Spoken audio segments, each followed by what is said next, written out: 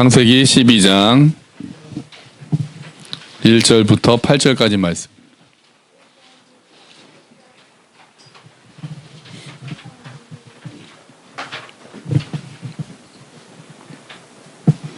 창세기 12장 1절부터 8절까지 말씀. 같이 읽어볼까요? 여호와께서 아브라함에게 이르시되 너는 너의 고향과 친척과 아버지의 집을 떠나 내가 네게 보여줄 땅으로 가라. 내가 너로 큰 민족을 이루고 네게 복을 주어 내 이름을 창대하게 하리니 너는 복이 될지라. 너를 축복하는 자에게는 내가 복을 내리고 너를 저주하는 자에게는 내가 저주하리니 땅의 모든 족속이 너로 말미암아 복을 얻을 것이라 하신지라. 이에 아브라함이 여호와의 말씀을 따라갔고 롯도 그와 함께 갔으며 아브라함이 하란을 떠날 때에 75세였더라. 아브라함이 그의 아내 사레와 조카 롯과 하란에서 모은 모든 소유와 얻은 사람들을 이끌고 가나안 땅으로 가려고 떠나서 마침내 가나안 땅에 들어갔더라. 아브라함이 그 땅을 지나 세겜 땅 모래 상수리 나무에 이르니 그때 가나안 사람이 그 땅에 거주하였더라. 여호와께서 아브라함에게 나타나 이르시되 내가 이 땅을 내 자손에게 주리라 하신지라.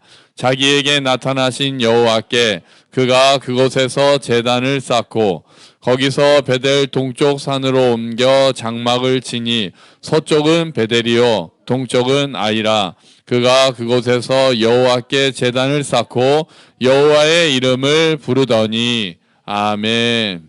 할렐루야. 2020년 새해가 밝았습니다. 할렐루야. 아멘. 아멘. 작년에 뵙고 못 뵌 분들도 계시죠?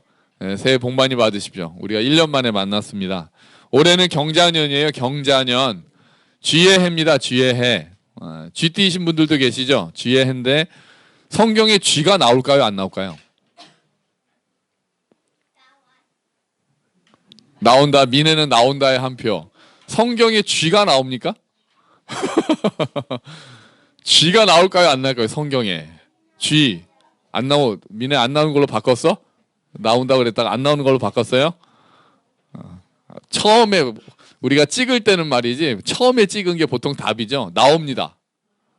성경에 쥐가 나오는데 어디에 나오냐면요. 사무엘상에 보면 법궤를 블레셋 그 방백들이 뺏어간단 말이에요. 블레셋 방백들이 뺏어간 다음에 그러니까 법궤를 가는 데마다 하나님께서 재앙으로 치시니까 야 이거 안 되겠다. 이스라엘에 돌려줘야 되겠다. 이렇게 마음을 먹잖아요. 그런데 거기에 이제 제사장들이 뭐라 그러냐면은 그냥 법궤만 딸랑 돌려보내면 안 되고 금쥐 5마리랑 금 독종 5개를 만들어가지고 금으로 쥐를 만들어가지고 뇌물로 바쳐야 된다. 제물로 바쳐야지 우리에게 이 재앙이 떠날 것이다 라고 해서 금으로 쥐를 만들어서 같이 넣어서 보내요. 거기 딱 한 번 나옵니다. 그래서 어떻게 생각하냐면 아마 쥐를 통해서 전염병이 돌지 않았을까 그렇게 생각을 해요. 독종이 있었잖아요. 저는 항상 그 구절을 볼 때마다 독종을 어떻게 만들었을까가 좀 궁금한데요. 금으로 쥐와 독종을 만들었다는 걸로 봐서 아마 갑자기 법궤가 가는 곳마다 쥐가 창궐해가지고 전염병이 많이 돌지 않았을까 그렇게 생각을 하는 거죠. 성경에는 쥐가 성경에서 이렇게 딱히 좋은 모습으로 나오지 않아요. 요즘에는 미키마우스 때문에 쥐의 느낌이 너무 좀 좋아진 감이 있는데 아직도 또 두렵죠. 우리 교회가 쥐가 없어서 얼마나 다행인지 모르겠습니다. 전에 있던 교회 쥐 많아가지고 쥐 많이 잡았었거든요. 제 부목사 할 때. 그래서 또 지하여가지고 살짝 걱정했는데 우리 교회가 바퀴벌레도 없고요. 개미도 없고 쥐도 없어요. 하나가 많습니다. 뭐가 많죠? 네, 모기는 많습니다. 모기는 많아요. 옆에 집수정이 있어서 그거는 이제 다행히 겨울이 돼서 그건 또 사라졌으니까 우리 또 편하게 지낼 수 있는 거죠. 자, 새해를 맞이하면은 뉴스 같은 데서 새해 되면 달라지는 것들 그래서 여러 가지 막 나오죠. 법이 어떻게 바뀌었습니다. 저는 뭐 딱히 이렇게 확 와닿는 건 없었는데 어제 그냥 마트를 갔다가 새로 바뀐 그 규칙 때문에 굉장히 당황했었죠. 뭐가 없어졌죠? 박스는 있습니다. 테이프하고 끈이 없어요. 그래서 이건 어쩌란 얘기인가. 원래 박스까지 다 없애려고 그랬는데 하도 사람들이 반발이 심해가지고 박스는 놔두고 테이프하고 끈만 없앴습니다. 그래서 앞으로 끈을 가지고 다녀야겠구나 그런 생각을 하게 만들었다니까요. 그래서 이제 새해 들어서 달라진 게 확 있구나. 저희 교회도 새해 들어서 달라질 게 조금 있는데 그거는 이따가 우리 오후에 재정 보고나 하면서 또 이야기를 좀 나누도록 하죠. 자, 우리 교회에서도 새해 들어서 환경이 확 바뀌는 사람들이 있습니다. 일단 학생들은 한 학년씩 올라가죠. 네, 한 학년씩 올라가서 새로운 선생님 만나고 새로운 친구들 만나고 아예 학교를 바꾸는 친구들이 있죠. 초등학교에서 중학교로 올라가는 학생이 우리가 이번에 6명이 있습니다.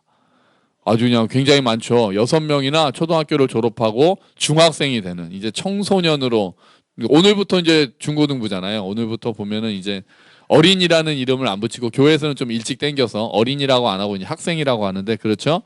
또 고등학교에 들어가는 미나니가 있죠.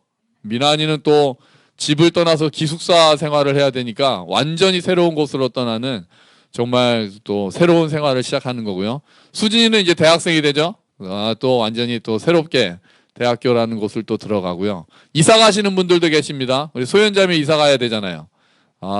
또 멀리 또 이사를 가고 우리 김수 이사님네도 또 이사 가시잖아요. 또 새로운 곳으로 떠나서 가시는 새로운 환경이 있으신 분들이 있어요. 또 있으신가요? 아직 가장 너무 환경이 바뀌는 사람은 제가 아직 얘기를 안 했고 또 나 이렇게 바뀝니다 하신 분들은 안 계시나요? 네, 안 계시는구나. 가장 환경이 바뀔 사람은 아무래도 예도예모죠. 아예 진짜 본토 친척 아비의 집을 완전히 그냥 오늘 아브라함처럼 본토 친척 아비의 집을 다 떠나서 유학을 가는 그런 삶이 되니까 아주 완전히 진짜 아브라함과 같은 마음이 그렇게 되겠죠. 자, 오늘 말씀에서도 우리는 새로운 시작을 앞둔 사람을 한 명 만났습니다. 그의 이름은 아브라함이죠. 인생의 가장 큰 변화 앞에 있는 거예요. 그리고 그 변화는 하나님께서 부르심으로써 시작이 됩니다. 자, 그래서 오늘 하나님의 부르심과 아브라함의 반응을 보면서 새로운 시작을 앞두고 있는 우리 모두가 어떻게 해야 되나를 생각해 보는 거예요. 우리는 모두 다 일단 2019년은 떠난 사람들이고 2020년을 맞이한 사람들이니까 변화는 있다라고 우리는 보고 있는 거죠. 아브라함은 갈대아 우르라는 곳에서 살고 있던 평범한 사람입니다. 지도 잠깐 띄워주시겠어요? 네, 갈대아 우르라는 곳이 한번 딱 눌러줘요. 네, 여기가 갈대아 우르입니다. 여기가 우르라는 곳이고 굉장히 매우 당시에 발달했던 메소포타미아 지역에 있던 도시고요. 아버지는 아브라함의 아버지의 이름은 데라입니다. 데라는 하나님을 믿었을까요? 우상을 섬겼을까요? 우상을 섬겼다고 성경의 사도행전에 정확하게 나와 있습니다. 그러면 여기서 아브라함은 하나님을 믿었을까요? 우상을 섬겼을까요? 정확하게 안 나오는데 우리는 보통 우상을 섬겼을 거다라고 봅니다. 아브라함이 그때 하나님을 믿었기 때문에 하나님이 아브라함을 부르셨다 그렇게 보지 않고요. 아브라함도 아마 데라를 따라서 그래서 전승에 따르면 데라와 아브라함은 우상을 만드는 직업을 가지고 있었다. 성경에 그 말까지는 없는데요. 전승에 따르면 그렇습니다. 아브라함도 그래서 그냥 아버지 따라서 살면서 우상을 섬기면서 평안하게 살고 있었던 사람일 것이고요. 또 재물도 꽤 많았던 것 같습니다. 또 친척들도 그곳에 다 있고요. 자, 그런데 한 가지 문제점은 있었죠. 한 가지 문제점이 뭐였습니까? 주보에 보시면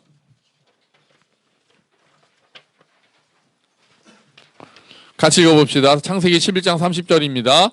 사례는 임신하지 못함으로 자식이 없었더라. 한 가지 문제가 있다면 아내가 불임이어서 자식이 없었다라는 것만 문제가 됩니다. 그런데 어느 날 하나님께서 아브라함에게 나타나십니다. 나타나셔서 고향과 친척과 아버지의 집을 떠나서 내가 내게 보여줄 땅으로 가라 이렇게 말씀하시는 거죠. 우르에서 출발해서 이 화살표를 따라서 쭉 갑니다. 그러니까 원래는 바로 가나안으로 갔어야 되는데 이상하게 바로 가나안으로 가지 않고 위로 올라가서 하란이라는 곳에 머물고 있다가 그러고 나서 아버지가 죽은 다음에 가나안 땅으로 내려오는 장면이 이제 성경에 나오는 장면입니다. 자, 그러면 이 총 거리가 어느 정도 되냐면요. 한 번 더 눌러주세요. 한 1300km 정도 이동을 한 거죠. 굉장하죠? 네, 여기서 부산까지 갔다가 왔다가 다시 가는 정도를 이제 가족들을 이끌고 낙타를 타고 그렇게 터벅터벅 걸어서 이동을 했던 사람이 아브라함입니다. 여러분 이렇게 막 떠나라라고 했던 그 말을 들었던 그 아브라함의 마음은 어땠을까요? 본토 친척 아비의 집을 떠나 가라! 어땠을까요? 조상 대대로 살아왔던 것들, 삶의 터전들 다 버리고 가야 된다는 거잖아요. 즐거운 가운데 또 그곳에서 편안하게 누렸던 것들, 쌓아 올렸던 것들, 내가 가지고 있었던 친구들, 또 관계들, 친척들까지 다 떠나서 가라는 거는요, 굉장히 두려움을 주는, 그리고 굉장히 당황스럽게 만드는 명령이었을 거예요. 더군다나 하나님이 목적지를 알려주지도 않았습니다. 어디로 가라 이런 말씀도 안 하고 내가 내게 보여줄 땅으로 가라. 그러니까 무슨 말씀이에요? 일단 떠나라 이 말씀하신 거예요. 일단 떠나라. 우리는 계획을 다 가지고 어디로 가야 되겠다 확실한 목표를 세우고 가는 것을 좋아합니다. 그런데 하나님께서는 아브라함에게 그렇게 하지 않으셨어요. 일단 떠나라. 그 다음은 어떻게 하실 거니까요? 하나님께서 인도하실 거니까요. 하나님께서 책임지실 거니까요. 때가 되면은 조금씩 너에게 밝히 보여줄 것이니 그거를 다 두려워하지 말고 미리 계획을 다 잡고 그러지 않아도 좋고, 단지 아브라함에게 필요했던 거는 그럼 뭡니까? 뭐만 딱 필요했을까요? 믿음만 필요했습니다. 하나님이 부르시면 반드시 선한 길로 이끄신다라는 믿음, 그 하나님에 대한 신뢰, 그것만 하나님께서는 아브라함에게 요구하고 계시는 거죠. 나를 믿어라. 그리고 일단은 떠나라. 모든 것들 두려워하지 마라. 이 당시 고향을 떠난다는 거는 완전히 외부의 위협에 노출된다는 거고, 그것도 멀리 자기가 살지 않던 곳으로 간다는 거는 이방인의 역할, 나그네의 삶을 살아야 된다는 건데 그건 두려운 일이었거든요. 그런데 하나님께서는 두려워하지 말라라고 말씀하시는 거예요. 여러분, 우리들도 2019년을 떠나서 2020년으로 넘어왔습니다. 그런데 어떤 사람들은 아직도 과거에서 떠나지 못하시는 분들도 있습니다. 과거에 무엇에서 떠나지 못합니까? 어떤 분들은 과거의 실패에서 떠나지 못합니다. 그 실패가 나를 잡고 있어요. 그래서 새로운 곳으로 가고 새로운 일을 시작하는데 계속 두려움을 줍니다. 실패에 대한 두려움, 또 실패하면 어떡하지? 또 안 되면 어떡하지? 이런 두려움이 내 발목을 잡는 경우가 있습니다. 어떤 분들은 과거의 상처에 남아있는 분들이 있습니다. 과거에 내가 겪었던 상처들, 어떤 다른 사람에게 상처를 받은 사람들은 한번 두고 친한 사람들한테 뒤통수를 맞고 배신을 당한 사람들은 새로운 관계에 마음을 열지 못하죠. 그래서 과거의 발목이 잡혀있는 경우도 있는 거죠. 어떤 사람들은 또 반대로 과거의 성공에 그냥 안주하느라고 새로운 해를, 새로운 기회를 맞이하지 않습니다. 그냥 안주하고 있는 거죠. 이제 잘 됐으니까 그냥 그대로만 가면 되겠구나 생각하면서 새로운 것들을 도전할 마음을 가지지 못하고 있는 거죠. 하지만 하나님께서는 아브라함에게 뭐라고 말씀하시는 겁니까? 떠나라 라고 말씀하시는 거예요. 오늘 우리에게도 떠나라고 말씀하십니다. 익숙했던 것들, 또 네가 두려워했던 것들, 너를 붙잡고 있는 실패들, 그런 것들에서 떠나서 다시 시작해보라고 하나님께서는 격려하시는 거죠. 실패의 경험에서 새롭게 배워서 다시 한번 시작하시라고 하나님께서는 격려하십니다. 상처받았던 것들에서 벗어나서 용기를 내서 손을 내밀어 보라고, 새로운 관계를 시작해 보라고 하나님께서는 격려하십니다. 성공에 안주하지 말고 새로운 일에 도전하고 또 새로운 것들을 맛보아 알라고 하나님께서는 격려하십니다. 익숙한 것에만 머물러 있지 말고 한 걸음 더 나아가 보라고 하나님께서는 격려하고 계십니다. 여러분, 새로운 마음으로 또 과거를 떠나서 새해 첫 걸음을 잘 내디시기를 주의 이름으로 축원합니다.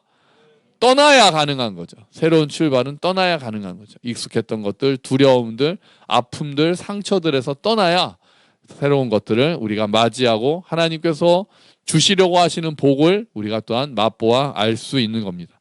하나님께서는 떠나고 가라, 떠나가라라고 명령하시면서 그냥 나 몰라라 하시지 않고요. 2절, 3절에서는 대신에 약속하시는 복들을 잔뜩 말씀을 하세요. 그에 따른 복을 약속하시는데 복이 몇 개가 들어있냐면요, 7개가 들어있습니다. 7이라는 숫자는 완전수잖아요. 성경에서 그렇고 우리도 보통 7 좋아하죠. 7이라는 숫자는 완전수여서 내가 너를 완전하게 축복해 주겠다, 내가 너를 완전하게 복을 내려주겠다. 그러니까 아마 하나님께서 그래서 일부러 7개의 복을 쭉 말씀하신 것 같아요. 그럼 복을 우리가 하나씩 보자고요. 말씀을 믿고 떠나는 자에게 임하는 하나님의 복이 어떤 게 있는가? 첫 번째 복은 12장 2절에 있습니다. 첫 번째 복 같이 읽어보죠. 내가 너로 큰 민족을 이루고, 이게 첫 번째입니다. 큰 민족을 이룰 것이라는 게 첫 번째 복인데 이게 제일 놀라운 복이에요. 왜요? 아까 사례가 어땠으니까요. 아기가 없었잖아요. 사례는 아기를 가지지 못해서 불임이라고 그랬잖아요. 자식을 낳지 못한다 그랬잖아요. 그런데 큰 민족을 이룬다 이렇게 이야기한다는 거죠. 아내가 불임인데도 불구하고 첫 번째 축복이 큰 민족을 이룰 것이라고 한 것은 아브라함이 결국 이 말씀을 믿고 가서 약속대로 이삭을 얻고 이스라엘이라는 위대한 민족의 조상이 되는 거예요. 하나님께서 이 약속을 이루시죠. 첫 번째 약속이 이미 인간적으로는 불가능해 보이는 일을 하나님께서 하시겠다는 약속으로 시작을 합니다. 두 번째 복은 내가 너에게 복을 주겠다라는 복이에요. 포괄적인 복이에요. 아브라함을 물질적으로도 풍요롭게 하고 지켜주시는 복을 주신다는 거예요. 세 번째 복은 뭡니까? 세 번째 복은 내가 내 이름을 창대하게 하겠다. 이게 세 번째 복이에요. 아브라함의 이름을 창대하게 한다는 건데요. 이것도 좀 생각해 봐야 될 복이에요. 왜냐하면 11장에 바벨탑 사건이 나오거든요. 바벨탑 사건이 나오는데 사람들이 바벨탑을 왜 지었습니까? 사람들이 왜 바벨탑을 지었습니까? 우리 주보에 보시죠. 주보에 보시면은 답이 나와 있어요. 답이 있는 것만 여쭤봅니다. 같이 읽어봅시다. 그들이 또 서로 말했습니다. 자, 우리의 성을 세우자. 그리고 꼭대기가 하늘까지 닿는 탑을 쌓자. 그래서 우리의 이름을 널리 알리고 온 땅에 흩어지지 않도록 하자. 아멘. 우리 이름을 어떻게 하자고요? 널리 알리자고 했잖아요. 바벨탑을 지을 때 사람들의 목적은 우리의 이름을 창대하게 하려는 게 사람들의 목적이었거든요. 그래서 하나님을 대적하면서 하나님같이 되려고 했던 게 바벨탑의 모습이었던 거예요. 그래서 하나님께서는 그것을 보시고 그 바벨탑 공사를 결국 중단시키시고 언어를 혼잡하게 하시고 민족들을 흩으시는 장면이 나왔어요. 그런데 지금 하나님께서는 아브라함한테는 내가 너의 이름을 창대하게 하겠다라고 바벨탑에서 그 사람들이 이야기했던 그것을 아브라함에게 복으로 주신다는 거예요. 그래서 사람의 이름이 창대하게 되는 것은 하나님의 말씀을 믿고 따라갈 때 하나님께서 높여주시는 거예요. 내가 내 이름을 스스로 창대하게 하려는 것이 아니라 우리는 항상 낮은 곳으로 내려가고 하나님의 말씀을 따라가는 것이 우리가 할 일이고 우리의 이름을 내는 것은 하나님께서 허락하셨을 때 그게 가장 순리대로 따르는 길이 된 겁니다. 이제 약속대로 아브라함은 믿음의 조상이라는 이름을 가지게 되죠. 하나님의 종, 심지어는 하나님의 벗이라 칭함을 받는 창대하게 되는 그런 축복을, 그런 복을 아브라함은 다 받게 됩니다. 네 번째 복은 뭐냐면 너는 복이 될지라라는 겁니다. 너는 복이 된다라는 거예요. 복이 되라, 복이 되라. 명령형으로 복을 주면서 복이 된다는 거예요. 이전 성경에서는, 개역 성경에서는 복의 근원이 된다라고 번역을 했었거든요. 이거는 아브라함에게 처음에 복을 주셨기 때문에 그 복을 받아서 아브라함 그 자체가 복이 된다는 거예요. 아브라함 자체가 복이 된다는 거는 나만 복을 받는 걸로 끝나는 게 아니라 다른 사람들에게도 복을 주는 사람이 된다는 의미가 있어요. 너 자체가 복이 될 것이다. 복을 주는 것을 넘어서 내가 주는 복을 받으면 너는 그 자체가 복이 될 것이다. 그러니까 너는 그 복을 누릴 것이고 그 복을 나눠줄 수 있는 사람이 될 것이다. 이게 아브라함에게 주어진 네 번째 복이었어요.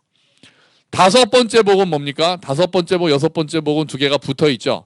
다섯 번째 복은 아브라함을 축복하는 자에게는 내가 복을 내리겠다. 여섯 번째 복은 아브라함을 저주하는 자는 내가 저주하겠다라는 게 하나님께서 아브라함에게 허락하신 복이었어요. 그러니까 한마디로 말하면 하나님이 누구 편이라는 거예요? 아브라함 편이라는 거예요. 내가 네 편 되어줄게. 너한테 잘하는 사람 내가 잘해줄게. 너한테 뭐라고 하는 사람 내가 뭐라고 할게. 너를 저주하는 사람 내가 혼내줄게. 이렇게 이야기하는 거죠. 어떻게 보면은 조금 뭐라고 해야 될까요? 좀 이제 어린아이가 막 그러니까 부모님이 자식들한테 하시는 그런 말씀이잖아요. 항상 내 편, 남편이 아니고 항상 내 편, 항상 내 편이 되는 거죠. 우리의 편이 되는 거죠. 내 편. 우리가 내 편이 있다라는 게 얼마나 든든합니까? 그잖아요. 그래서 아이들이 와서 막 누구 막 선생님에 대해서 아니면 또 친구들에 대해서 막 이렇게 하면은 거기에 대해서 되고 네가 잘못했네 이렇게 얘기하면 안 되잖아요. 객관적으로 딱 해가지고 그건 네가 잘못이야 이렇게 얘기하면 그거는 첫 번째 접근이 아니잖아요. 이게 들어주고 속상했겠구나. 그래서 엄마는 아빠는 너 편이다라는 거를 먼저 확실하게 얘기해주고 나중에 아까 근데 그거는 이렇게 하는 것보다 이렇게 하는 게 더 맞는 것 같아. 이렇게 하는 게 지혜로운 것 같아. 그렇게 이야기하는 게 지혜로운 거잖아요. 객관성을 따지기보다 내가 네 편이다. 자녀들한테 필요한 게 뭐예요? 내가 부모님이 내 편이다라는 걸 확실히 아는 것. 또 가족은 내 편이 되어줘야 되잖아요. 가족은 내 편이 되어줘야 되잖아요. 그래서 법에 원래 범죄자를 은닉하면 안 되거든요. 그거는 범인 은닉죄가 있어요. 그런데 가족만은 예외예요. 직계, 존속, 비속은 범인을 은닉해도 또 신고하지 않아도 처벌에서 면제가 됩니다. 가족만큼은 그 사람을 보호할 수 있다는 것을 법이 인정해주는 그런 예가 된 거죠. 가족은 자기 편이 돼야 되는데 더 나아가서 하나님께서는 아브라함에게 말씀하신 거예요. 내가 네 편이 되어줄게.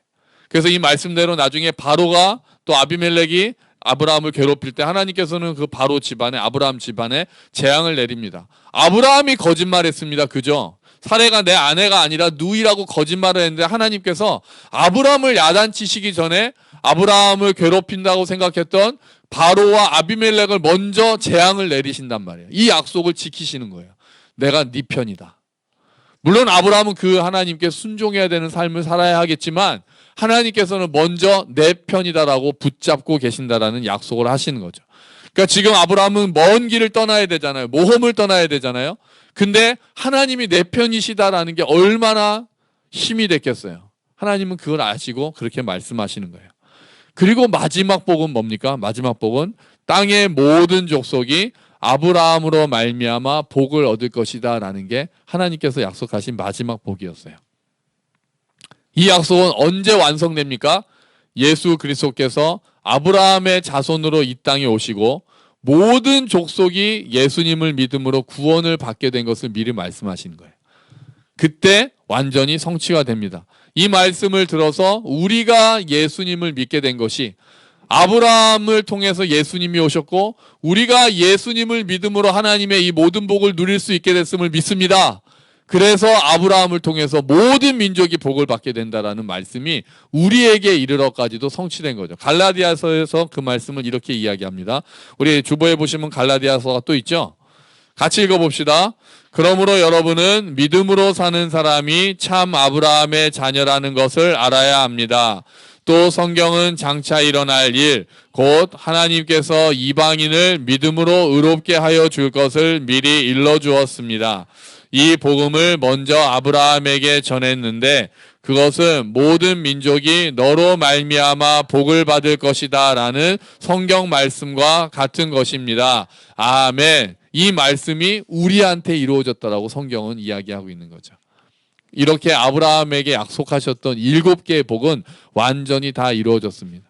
아브라함에게 이렇게 복을 약속하시면서 부르시고 떠나가라 이렇게 말씀하신 하나님께서는 우리에게도 동일한 약속을 하십니다. 내가 네 편이 되어주겠다. 새해를 맞이해서 새로운 길을 떠나는 우리 모든 믿음의 식구들에게 하나님께서는 동일한 약속을 하시는 거예요. 너는 복이 될 것이다. 내가 너와 함께 하겠다. 내가 네 편이 되어주겠다. 너를 통해서 사람들이 복을 받게 하겠다. 내가 너를 보호하겠다. 하나님께서는 오늘도 약속하시는 거죠. 우리가 송구영신 때 봤던 말씀이 있거든요. 우리 주보에 있습니다. 이사야서 41장 10절 말씀. 올해 우리가 꽉 붙잡았으면 좋겠어요. 이 말씀 같이 한번 읽어봅시다. 두려워하지 말라. 내가 너와 함께 함이라. 놀라지 말라. 나는 내 하나님이 됨이라. 내가 너를 굳세게 하리라. 참으로 너를 도와주리라. 참으로 나의 의로운 오른손으로 너를 붙들리라. 아멘. 이 말씀이 이루어지는 새해가 되시기를 주의 이름으로 축원합니다. 아멘. 자, 이렇게 하나님의 약속을 붙들고 나아갈 때 우리가 이제 취해야 될 자세가 오늘 봐야 될 게 2가지가 있습니다. 첫 번째는 뭐냐면요. 우리가 오늘 말씀에 보시면은 4절 보시죠. 4절 한번 같이 읽어봅시다. 이에 아브라함이 여호와의 말씀을 따라갔고, 아멘. 여호와의 말씀을 따라갔다. 여러분, 올해 우리가 취해야 될 태도는 말씀을 따라가는 삶입니다. 말씀을 따라가는 삶. 아브라함은 하나님께서 말씀하신 대로 순종하고 떠나갔습니다. 두려움도 있었을 거고 굉장히 당황스럽고 또 사랑하는 사람들과 헤어지는 슬픔도 있었고 아픔도 있었겠지만 말씀을 따라서 아브라함은 출발합니다. 어떤 질문을 하거나 막 고민하고 망설이고 이런 장면이 성경에 나와 있지 않습니다. 이에 이렇게 이야기합니다. 하나님의 말씀이 얼마나 강력했고 얼마나 하나님을 신뢰하면 했는지, 하나님의 그 말씀이 얼마나 아브라함을 감동시켰는지 아브라함은 이에 여호와의 말씀을 따라갑니다. 우리들도 말씀을 따라가는 한 해가 되어야 되겠습니다. 일단 말씀을 가까이 합시다. 여러분, 올해 또 성경 일독 목표 세우셨습니까? 또 뭐 작년에 또 했는데 안 되신 분들도 많이 계시죠. 그 레위기 못 넘어가신 분들도 많이 계시죠. 그래서 지난번에 어떤 책에 나왔잖아요. 성경이 창세기부터 쭉 읽어가다가 레위기만 가면은 못 넘어가서 내 위기라고 얘기한다고 누가 그랬잖아요. 성경 일독의 위기가 레위기에서 온단 말이에요. 올해 다시 성경 일독 시작해야죠. 또 성경 일독 이거 해서 뭐 하나 아니에요. 그게 쌓이면은 그게 알 수 없습니다. 그게 쌓이고 쌓여서 아무 생각 없이 읽는 것 같은데요. 그래도 다시 읽고 그렇게 돼야 되는 거죠. 자, 어떻게 하면 우리가 성경 일독을 할 수 있을까요? 그래서 우리가 원래 현수막 달았었잖아요. 그래서 장로님께서는 현수막을 안다니까 왠지 좀 마음에 부담감이 덜하고 또 그래서 또 다시 달자는 의견도 있었거든요. 근데 이렇게 달아놨더니 첫 해에는 좀 열심히 체크하시다가 언제부턴가 저기 달리던 말던 아무도 체크도 안 하고 막 지저분해지고 그래서 안 달았어요. 올해도 안 달았는데 여러분 그 주보에 있는데 가면은 성경 일독 표가 있습니다. 표를 제가 사다가 꽂아놨어요. 하나씩 가져가셔서 성경 사이에다 딱 이렇게 끼워 놓으시면서 읽을 때마다 이렇게 체크하십시오. 체크하세요. 그게 체크하고 안 하고가 또 많이 다릅니다. 성경을 읽으면서 그래도 이렇게 체크하면 그 체크하는 그 현수막에 이렇게 다 보이는 데서 하지는 않더라도 혼자라도 이렇게 체크하는 것만 해도 도움이 되거든요. 그 성경 읽기표 하나씩 다 가져가세요. 많이 있으니까 가져가셔서 성경 사이에다 딱 꽂아 놓으시고 읽으시면서 체크하십시오. 지금 자매들하고 청년들이 하는 방법도 굉장히 좋은데요. 지금 자매들은 신약 성경을 하루에 3장씩 읽고 자기가 카톡방을 만들어 가지고요. 또 자기가 가장 그날 감명 깊게 읽은 말씀을 이렇게 카톡에다 올립니다. 지금 한 11명이 묶여 있거든요. 그래서 이렇게 올려요. 청년들도 시작을 해서 청년들도 시작을 해서 청년들은 하루에 2장씩 읽고 그날 뭐 못 읽으면 못 읽은 대로 넘어가. 밀린 거 읽을 생각하면은 아무것도 안 됩니다. 그래서 못 읽으면 못 읽은 대로 넘어가서 그날 하는데 형제 모임과 사랑 모임도 좀 해야 되지 않을까 이런 생각이 들어요. 그래서 다른 사람들 앞에서 내가 오늘 읽은 말씀 중에서 가장 좋았던 말씀, 가장 나에게 도전이 되는 말씀을 하나씩 적는 것도 좋은 방법인 것 같아요. 그렇게 해서 성경을 올해는 좀 말씀을 가까이 하고 읽는 한 해가 돼야 되겠습니다. 물론 말씀을 읽는 것으로 그치면 안 되겠죠.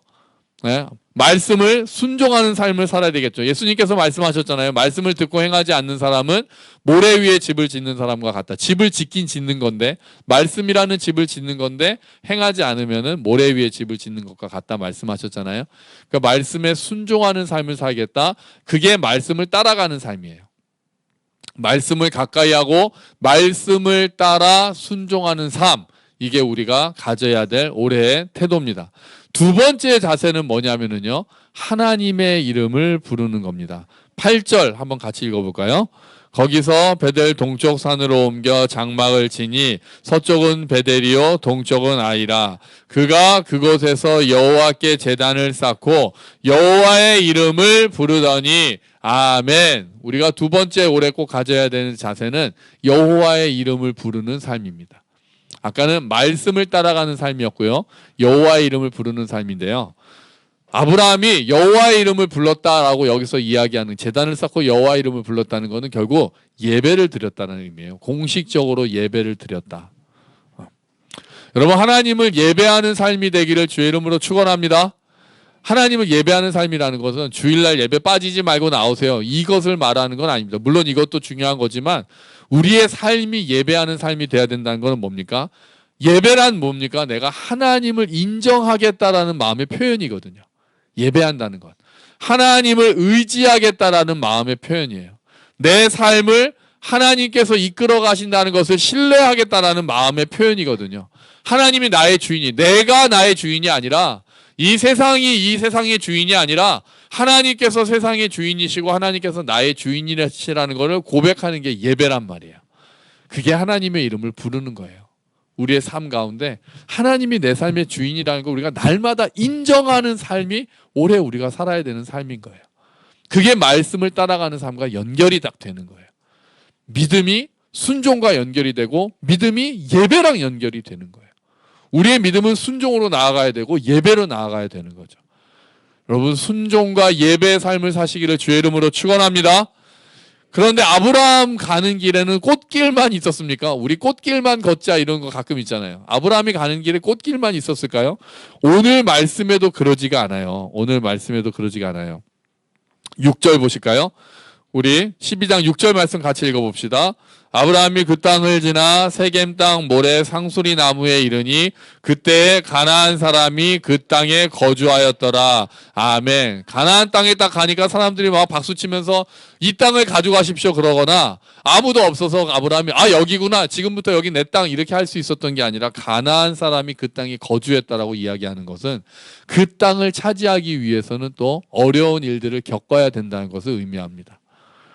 여러분, 새로운 출발을 하고 새로운 시작을 할 때 꽃길만 있을까요? 그렇지 않습니다. 어려움이 있습니다. 예수님가 딱 캐나다에 도착하는 순간 영어가 팍 터질까요? 그렇지 않습니다. 그렇지 않습니다. 영어 배우려고 또 얼마나 고생하겠어요. 또 고등학교를 들어가고 중학교를 들어가고 대학교를 들어가면은 막 좋은 일들만 가득할까요? 그렇지 않습니다. 고등학교 때 공부 열심히 해가지고 대학교만 가면은 막 청춘이 펼쳐집니까? 이제 점점 더 그렇지 않습니다. 또 다음 걱정하고 그렇게 되는 거죠. 새해 시작을 하는 우리 앞에도 올해 새해는 좋은 일만 있을까요? 그렇지 않습니다. 어려운 일들이 많을 겁니다. 아브라함이 출발할 때 가나안 땅에 그 사람들이 거주했던 것처럼 우리 앞에도 우리의 가는 길을 방해하는 세력도 있고 상황도 어려울 수 있을 겁니다. 하나님을 신뢰하지 않는다라면 낙심할 수밖에 없는 상황들이 있을 수 있다는 거죠. 하지만 하나님께서는 그 길을 피해가라고 하시지 않으시고 내가 땅을 주겠다라고 말씀하시는 거예요. 그러면 하나님께서 주신다는 거예요. 그럴 때마다, 낙심할 때마다 우리는 하나님의 말씀을 따라가는 삶을 더 결심해야 되는 겁니다. 우리가 하나님을 예배하면서 일어서야 되는 겁니다. 말씀을 따라가야 되는 겁니다. 예배가 우리를 살리는 줄로 믿습니다. 말씀이 우리를 살리는 줄로 믿습니다. 그래서 우리는 예배하는 삶을 살아야 되고 말씀을 따라가는 삶을 살아야 되는 것입니다. 여러분, 한 해 동안 수고 많이 하셨고 또 새해를 선물로 받으셨습니다. 새해가 우리에게 선물로 주어졌어요. 하나님께서 오늘 이제 과거를 다 떠나보내라고 말씀하시고 이제 새해를 달려가라고 말씀하십니다. 나의 약속을 믿고 두려워하지 말고 시작해보라고 말씀하십니다. 하나님을 예배하면서 하나님의 말씀을 따라갈 때 우리 앞에 어려움들을 우리가 능히 넉넉히 이길 줄로 믿습니다. 하나님께서 주시는 복들을 붙잡고 갈 때 하나님께서 아브라함에게 약속하셨던 함께 하신다라는 복, 내가 네 편이 되어주시겠다는 그 복을 우리도 누리게 될 줄로 믿습니다. 더 나아가서 우리를 통해서 우리 주변의 사람들이 복을 받는 일들이 넘쳐날 줄로 믿습니다. 하나님의 은혜를 경험하고 하나님께서 내리시는 그 복들을 누리고 말씀을 따라가고 예배하는 올 한 해가 되시기를, 그래서 2020년 마지막에 우리가 예배를 드리면서 또다시 하나님께 그 은혜를 감사하는 또 한 해가 되시기를 주의 이름으로 축원합니다. 아멘. 우리 같이 기도하죠. 하나님, 새로운 시작을 앞둔 아브라함에게 주신 말씀, 오늘 우리에게 주시는 말씀인 줄로 믿습니다. 두려워하지 말고 함께 하겠다라고 말씀하신 것들, 복이 될 것이라고 말씀하신 것들, 네 편이 되어주겠다라는 약속하신 말씀들 오늘 우리에게도 이루어 주시옵소서. 올해 이루어 주시옵소서. 함께 기도하겠습니다.